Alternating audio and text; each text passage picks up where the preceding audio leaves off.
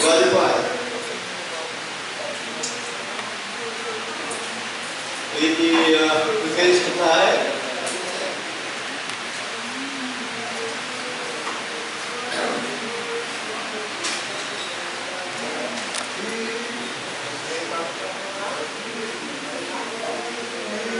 Sweet to trust in Jesus. Ano to?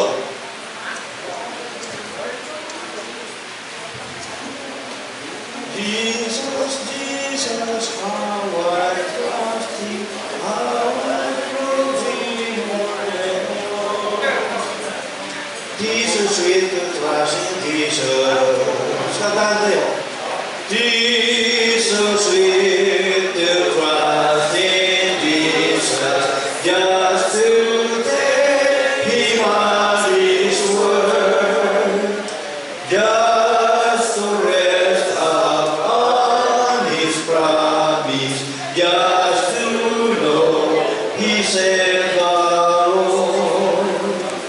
Jesus, Jesus, how I trust Him, how I prove Him more and more. Jesus, Jesus, precious Jesus, oh, for grace to trust Him more. Oh, how sweet to trust in Jesus, just to trust His cleansing blood, just in simple faith to plunge me near the healing cleansing flood. Jesus, Jesus, how I trust Him, how I prove Him more and more. Jesus, Jesus, precious Jesus, oh, for grace to trust Him more. Yes, 'tis sweet to trust in Jesus, just from sin and self to cease. Just from Jesus, simply taking life and breath and joy and peace. Jesus, Jesus, how I trust Him, how I prove Him more and more. Jesus, Jesus, precious Jesus, oh, for grace to trust Him more. I'm so glad I learned to trust Him, precious Jesus, Savior, friend. And I know that God art with me, will be with me to the end. Jesus, Jesus, how I trust Him, how I prove Him more and more. Jesus, Jesus, precious Jesus, oh, for grace to trust Him more.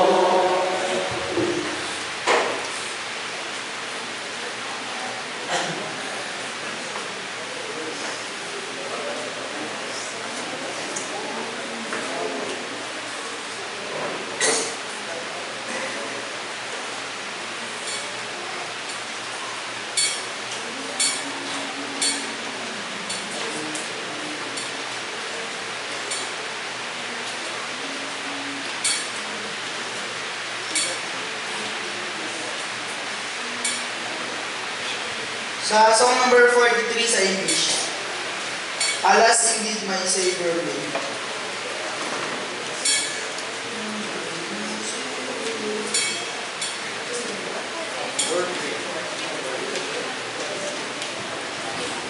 Song number 43 sa English, Ready, Sing.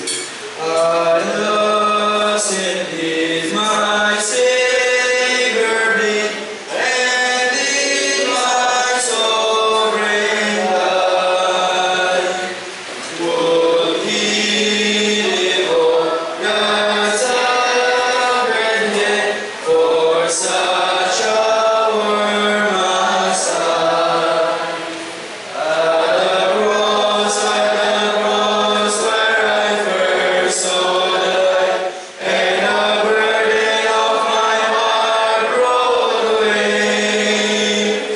It was there by faith I received my sight, and now I am happy all the day. Was it for Christ that I have done? He groaned upon the tree. Amazing pity, grace unknown, and love beyond degree. At the cross where I first saw the light, and the burden of my heart rolled away. It was there by faith I received my sight, and now I am happy all the day. Well might the sun in darkness hide, and shout His glory seen. When Christ the mighty martyr died, for man the great cure seen. At the cross where I first saw the light, and the burden of my heart rolled away. It was there by faith I received my sight, and now I am happy all the day.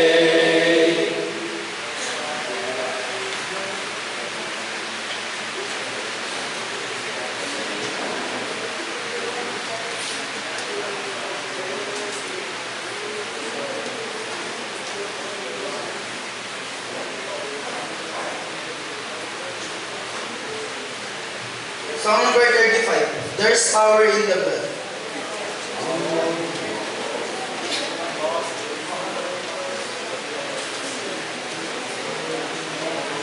Song number 35. English. Ready, sing. Would you be free from your burden of sin? There's power in the blood, power in the blood.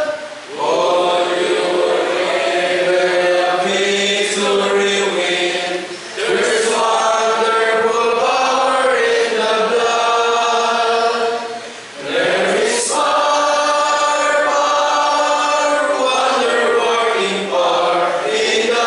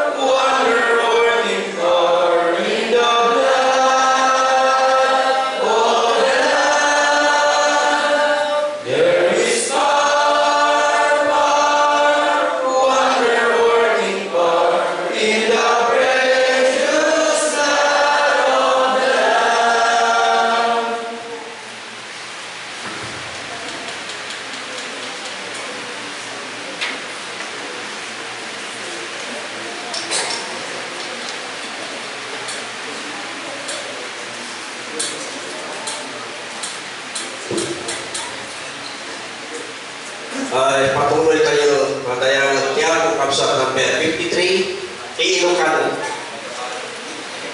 Dayaw Ken Wana.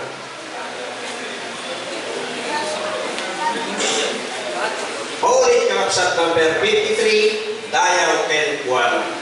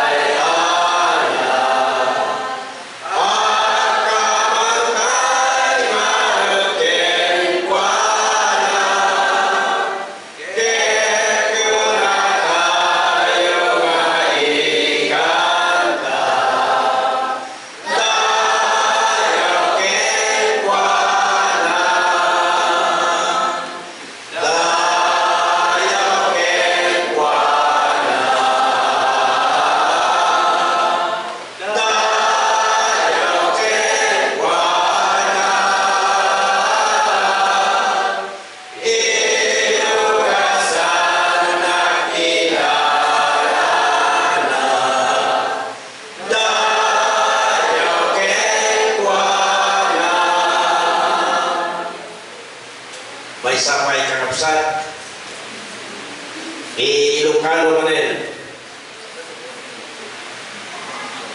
Number 63, napauluan narangay nga iglesia.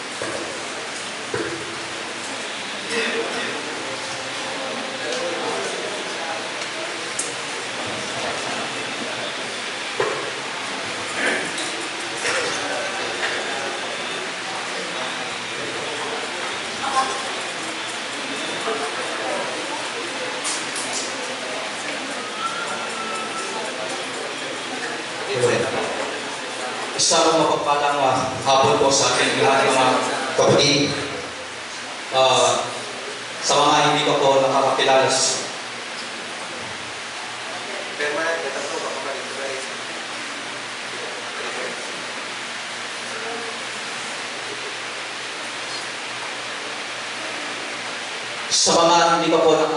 sa akin, I'm Andrew Academia, young preacher of Congregation ng Sakitan at Sinai. At may nagpagbagit kanina na may nagsabi daw na I am single. Totoo po ba? I'm not available. So, isang mapagpalang hapon sa ating lahat. Narito po ako sa inyong harapan upang ibigay ang isang lecture about sa the youth and the world.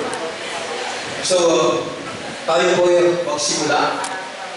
Ang teksto or ang topic natin ay nakuha sa aklat ng unang Timoteo, chapter 4, verse 12. Nasabi rito, huwag mamakin ng sinuman ang iyong kabataan, kundi ikaw ay maghimuliran ng mga nagsisisampalataya sa pananalita, sa pamumuhay, sa pag-ibig, sa pananampalataya, sa kalinisan.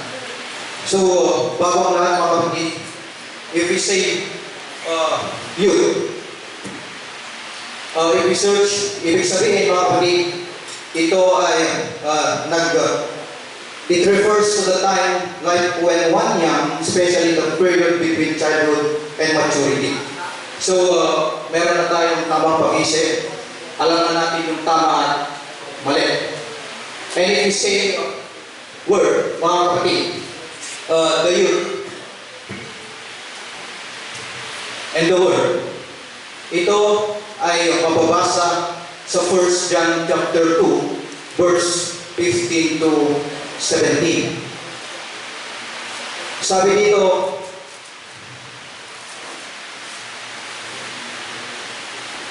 huwag ninyong ibigin ng sanlibutan, niyang mga bagay na nasa sanlibutan. Kung ang sino man ay umiibig sa sanlibutan, ay wala sa kanya ang pag-ibig ng Ama. Sapagkat ang lahat ng nasa sanlibutan, ang masamang pita ng laman, ang mga masamang pita ng mga mata, at kapaluluan ng buhay ay hindi mula sa Ama, kundi sa sanlibutan. At ang sanlibutan ay lumilipas, at ang masamang pita niyaon, datapwat ang gumagawa ng kalooban ng Diyos, ay nananahan magpakailanman. So, the word, mga kapatid, ay mula sa salita cosmos.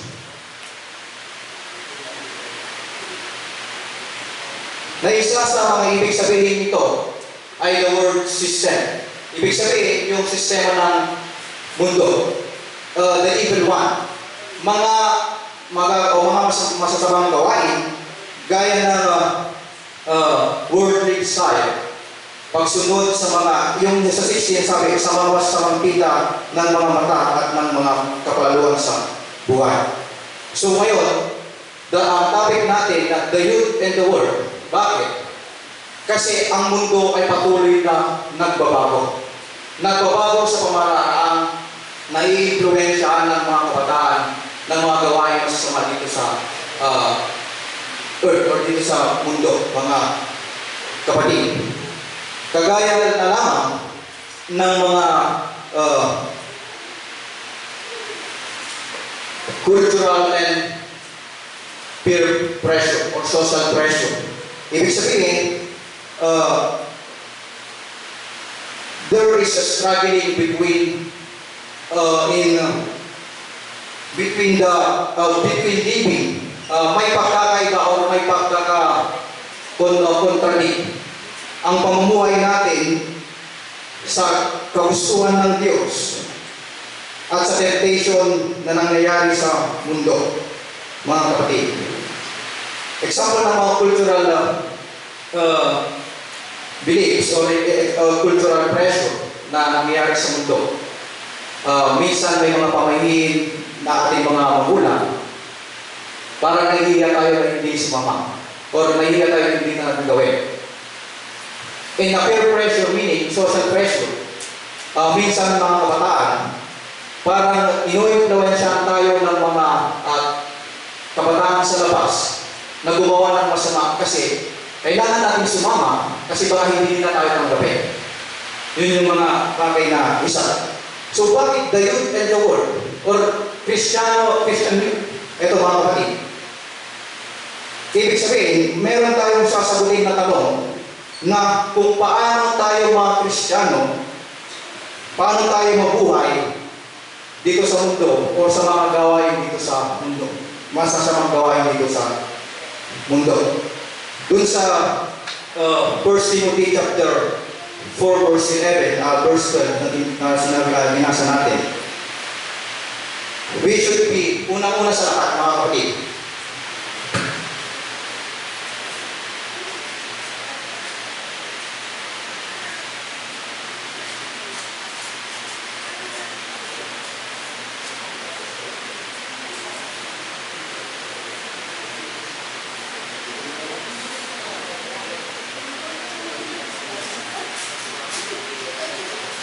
be a model to all. Maging modelo, maging uliran sa lahat. Nananampalataya man o hindi.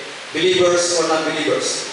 Bilang isang kabataang Kristiyano, maging uliran ka sa iyong kapwa nananampalataya at sa mga hindi nananampalataya. Bakit? Para maging isang modelo sa mga naniniwala sa nananampalataya at sa mga hindi. Unang-una, kailangan mo bilang isang Kristiyano, kailangan ng pagbabago ng iyong isip. You need to renew your mind, mga kapatid. Sa Roma chapter 12 verse 2, kailangan mo baguhin ang iyong pag-isip. Romans chapter 12 verse 2.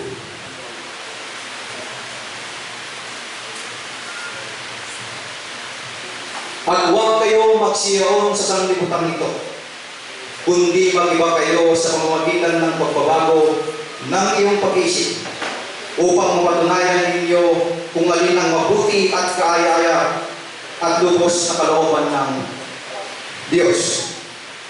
Try pa rin natin basahin yung isa, mga kapatid, dalawang versikulo. Sa Matthew chapter 15, verse 18 and 19.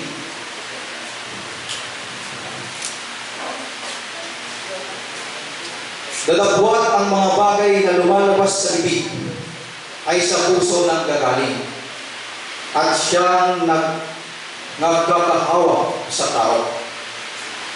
Sapagkat sa puso ng gagaling ang masamang pag-iisip, ang pagpatay, mga pangangalunya, pakikiapid, mga pagnanakaw, mga pagsaksi sa di katotohanan, mga pamunusok.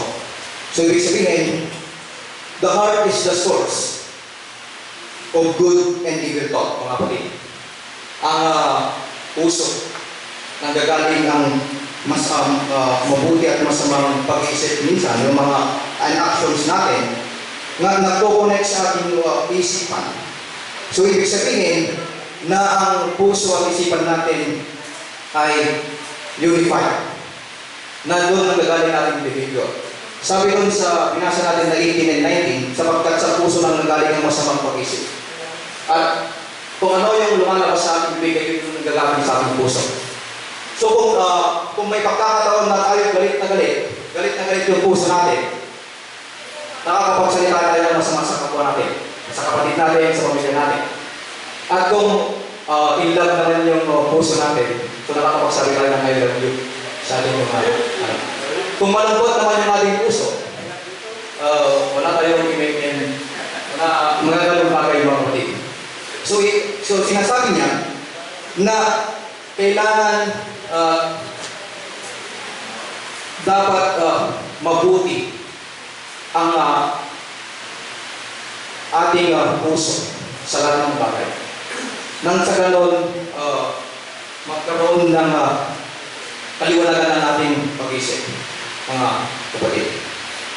Not only renew our mind at pigilan ang mga bagay na nasasabi natin, but yun na, be careful what we say or what we say. Maging mapanuri tayo, maging handa, or ibig sabihin maging mapanuri tayo sa mga binabitawan nating mga salita. Huwag padalos-dalos mga kapatid. Kasi sa uli, kung ano yung mga sinasabi natin, yun yung maghuhukom sa atin. Anong versikulo nagsasabi mga kapatid? Na yung mga sinasalita natin, they will be the one who will judge us. So, Matthew chapter 12, verse 36 to 7. At sinasabi ko sa inyo na ang bawat salitang walang kabuluhan sabihin ng mga tao ay ipagsusulit nila sa araw ng paghukom. Sapagkat sa inyong mga salita, ikaw ay magiging banal, at sa iyong mga salita ay makatulad ka. So, kung banal lang sinasabi natin, kung banal lang sinasabi natin sa mga kapwa nating tao, friends, narinig natin kung kinakausap natin. Sabi dito, sapagkat sa iyong mga salita, ikaw ay magiging banal, at sa iyong mga salita ay makatulad ka. So, kung masama palagi yung sinasabi natin, mga dakis ng tao, yung mga ganon. So, may kaparosa. Hukom yun sa atin. Bakit kailangan natin maging dapat mapanuri tayo sa mga sinasabi natin? Because dito sa mundo, mga kapatid,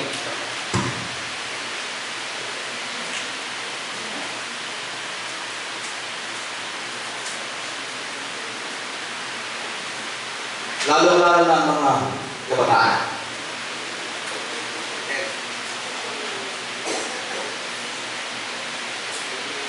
And dito, napapalimutan tayo the word.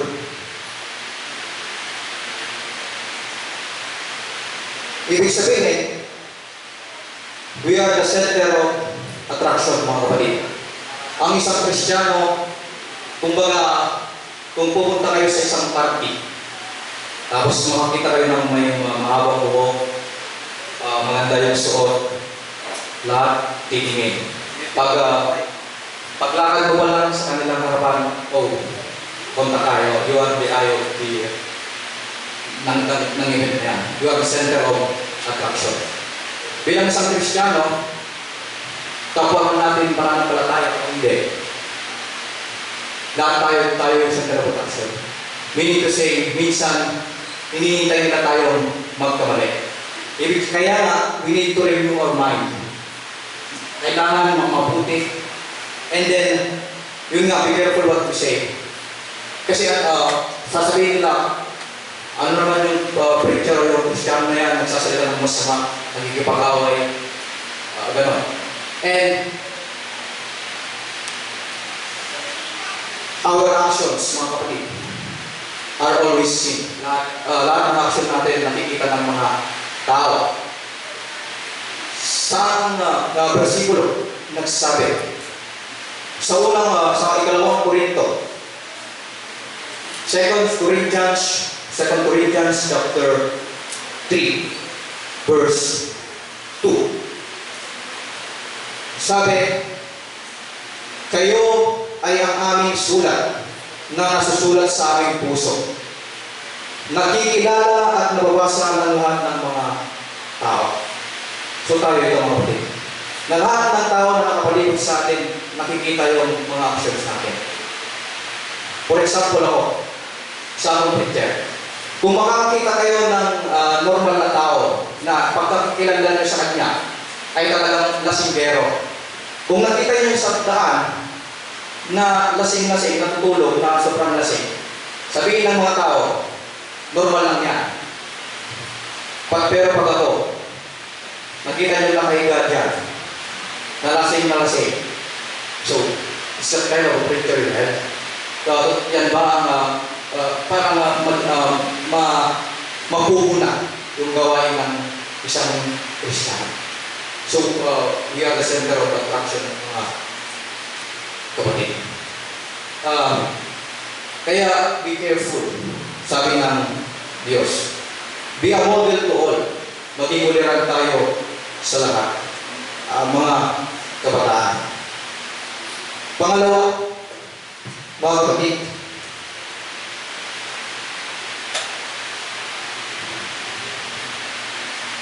sa Judas chapter 1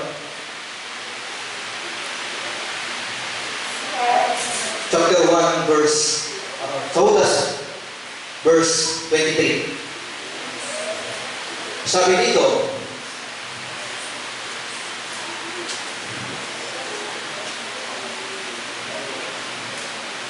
at ang iba'y inyong iligtas na agawin ninyo sa apoy, at ang iba'y inyong kahabagan na may takot, na inyong kapuotan pati ng damit na nalagisan ng laman. Doon sa sinabi na iligtas na agawin ninyo sa apoy. Sabi ko nga, nabubuhay tayo dito sa mundo na maraming masamang gawain. So tayo bilang isang kabataan, malaki ang role natin bilang isang Kristiyano. Kailangan natin iligtas yung mga kabataan na hindi pa nakakita ng katotohanan. Hindi sila yung maghahatak sa atin sa apoy, kundi sila ang tatin natin sa apoy upang ipunta sa liwanag. Be the light of the, sabi dito, we Christian youth, dapat maging liwanag tayo sa mundo. Tayo ang magliwanag sa kanila, hindi sila ang maghihikayat sa atin, hindi sila ang maghihikayat sa atin sa kaliliman. Sabi nga sa Matthew chapter 5 verse 14 to Matthew chapter 14 or chapter 5 chapter 5 verse 14 to 16.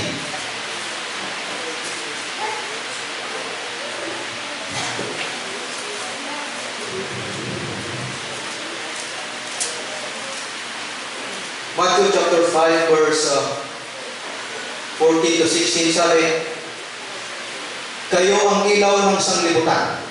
Ang isang bayan na natatayo sa ibabaw ng isang mundo ay hindi may katago. Hindi rin nga pinaniningasan ang isang ilawan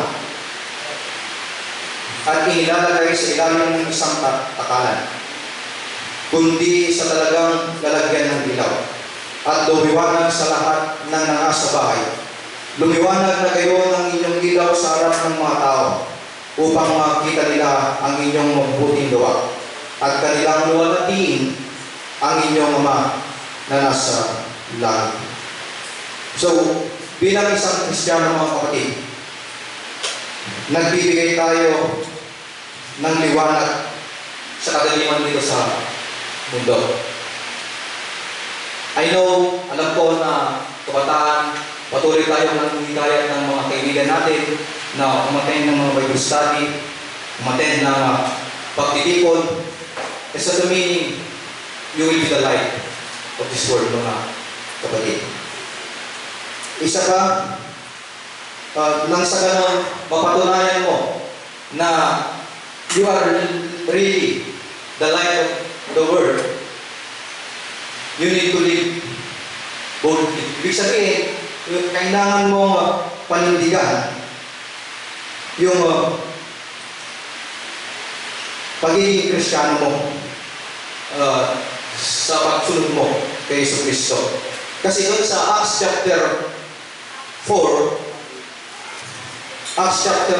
verse 29 to 31, mga kapatid,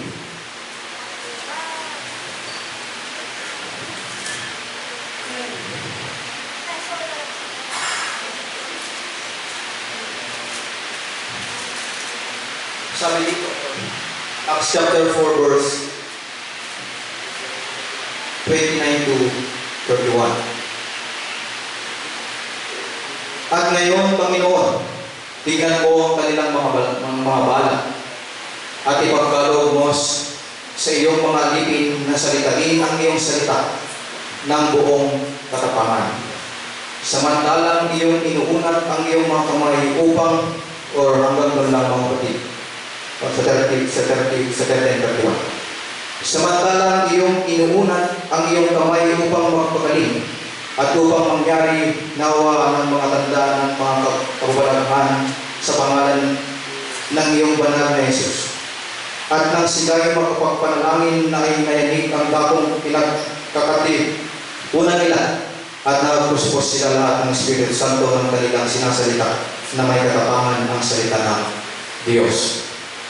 So to prove that you are the light of the world, mga kapatid, kailangan mo pag-iindigan yung mga sinasalita mo tungkol sa Ebanghelyo ni Jesus Cristo na katapangan, na hindi tayo binigyan ng Diyos ng katakutan, kundi katapangan na ibahagi sa mga kapwa nating mga hindi pa nanampalataya, mga kabataan yung salita upang magbigay liwanag sa kanila.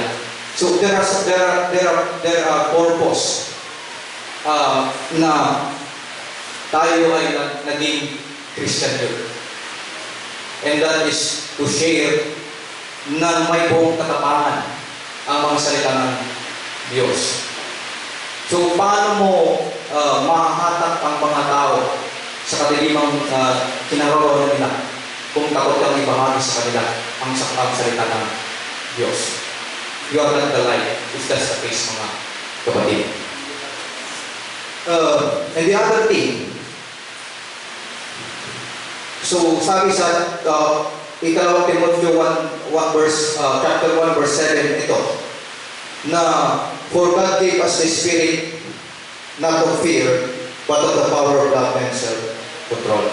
So hindi tayo dapat matakot, mga kapatid, sa pagbahagi ng mga salita ng Diyos. Ngayon, bilang isang modelo, bilang isang tagailaw, bilang isang ilaw sa mundo, sa mga masasamang gawain dito sa mundo, kagaya ng sinabi natin, ang salita ng Diyos ang ating panghahawakan. Yung pangatlo na titignan natin, it is, we know, alam natin na hindi tayo makakatakas sa mundo natin, hindi tayo makakatakas sa mga gawain dito sa mundo. Ibig sabihin, everyday tayo gumigising, everyday tayo nakakita ng mga pumapatay, mga nagiinom. Kasi sabi ko kanina, the world is changing. Noong panahon namin, magagalit ang magulang namin kung nakisama ka or pumunta ka sa upuan ng mga matatanda na nagiinom. But as of now, mga kapatid, parang nagiging normal na lang na even high school, even college, ladies, women or men, parang nagiging normal sa kanila ang pag-iinom. So nagkakaroon ng pagbabago ang mundo. Parang nagiging normal na lang ang mga gawain na dapat yun ay i-overcome natin, mga kapatid. Yun yung pauling tatalakayan natin na we need to overcome the world. Yung mga gawain dito sa mundo. Overcoming the world by the word of God. Kailangan natin takasan o kailangan natin i-avoid ang aming sarili sa mga gawain mga mundo sa pamamagitan ng salita ng Diyos. As we all know na nasa atin ang katotohanan, we have the truth. Ang mga salita ng Diyos nasa atin ng katotohanan. We should be stand firm or believe into the Scripture, mga kapatid. Sa Santiago chapter 1 verse 22,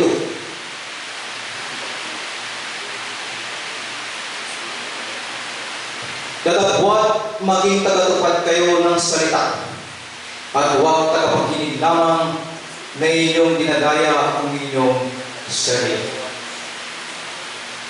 Sometimes, mahina nating mga puso. What we advise to others, we cannot do in ourselves. Hindi natin nagagawa sa ating mga sarili. How many years na tayo ay miyembro ng iglesia? Maybe some of us, 5 years, 20 years. Me, it's almost 9 years. So nagagawa ko ba, or nagagawa ba natin yung mga bilin ng, yung mga utos ng Diyos, yung mga salita ng Diyos? We need to focus kailangan natin patibayin ang ating pagsunod, pag-obey sa mga salita ng Diyos. Yun yung sinasabi rito. Na upang maniwala ang mga tagalabas o yung mga hindi pa nananampalataya, kailangan mong simulan sa sarili mo, kapatid. Gawin mo kung ano yung utos. Sabi, huwag natin kaligtaan ang pagtitipon, tapos absent din ng absent. That's not being a model, mga kapatid. Sabi ba, makikita natin ang importansya ng isang tao na naniniwala sa mga salita ng Diyos. Through the word. Para sa mga salita.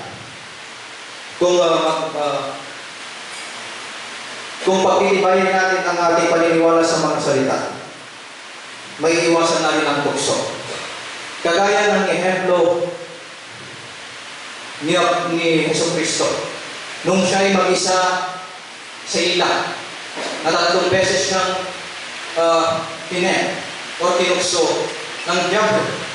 So anong sagot niya, mga kapatid? This is a good example na tayo mga kabataan ay huwag dapat basta-basta na matukso.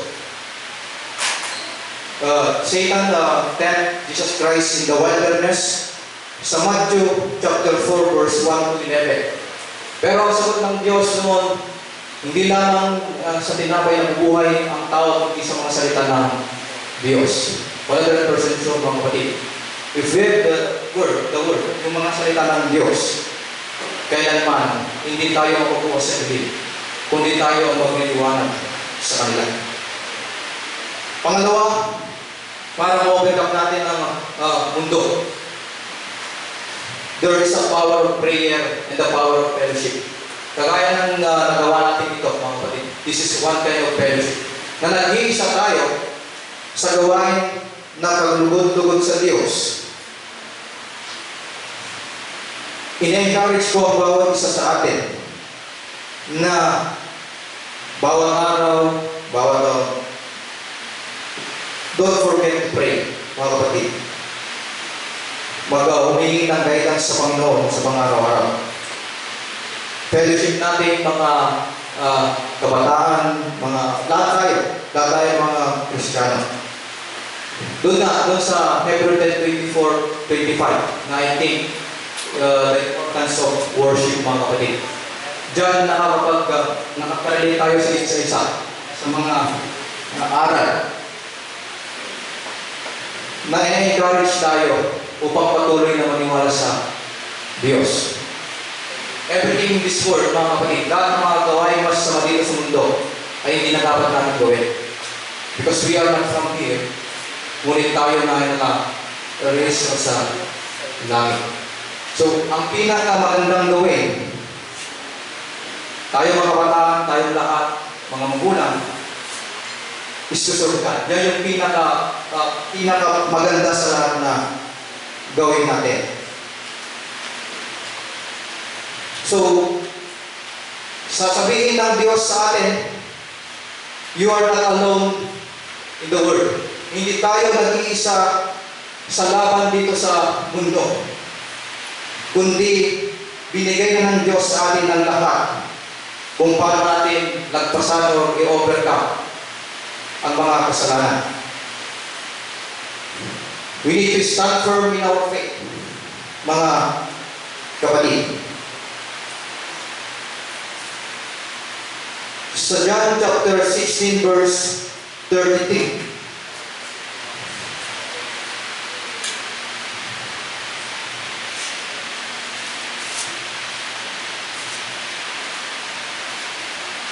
sa John chapter 16 verse 33, sabi doon, ang mga bagay na ito ay sinasalita ko sa inyo upang magkaroon kayo sa akin ng kapayapaan. Sa sanglibutan ay meron kayong kapagkahitian, ngunit takasan ninyo ang loob. Aking dinanig ang sanglibutan. So, it is given na tayo talaga ay mayroong kabigatian, mayroong problema, mayroong temptation sa ating mundo. Pero sabi ng Diyos, aking dinanig ang sanlibutan. Lakasan natin ang loob, magtiwala tayo sa Kanya. Muli mga kapatid, bilang isang Kristiyanong kabataan, maging uliran tayo sa lahat. Nananampalataya mo, hindi. Maging ilaw tayo sa mundo. At kailangan natin yung overcome ang mga masamang gawain nito sa mundo through the Word of God. Kasi atakata tayo ng mundo. We have the truth. And as we conclude, mga kapatid, dear young people, we need to commit ourselves in living according to God's Word. Mabuhay tayo mula sa kagustuhan ng salita ng Diyos. Rejecting the influence of the world and embracing our identity in Christ. Kailangan nating akuhin ang identidad natin bilang isang Kristiyano, bilang nasa kay Kristo. We need to embrace that, mga kapatid, and reject all the influence. Sabi nga ng Biblia sa aklat ng Hebreo, I'm not sure with the verse and pero sabi doon na nabubuhay lang tayo ng isang beses. We only live once, but if we do it right, once is enough, mga kapatid. So, habang tayo nandito sa fellowship natin, yun, kailangan natin mabuhay bilang isang Kristiyano. Hindi bilang isang normal lang na tao, ibang tao. Kasi we are special. Tayo ay Kristiyano na namubuhay, gumagawa ng mga kalugod-lugod sa Diyos. As of now, mga kapatid, ito lang po tayo tayo titigil sa ating pagbabahagi ng salita ng Diyos. Maraming salamat po sa ating pakikinig at patuloy tayong itutuloy tayo, dating fellowship tayo, itapin yung sumagawa na totoy. Magandang hapon mga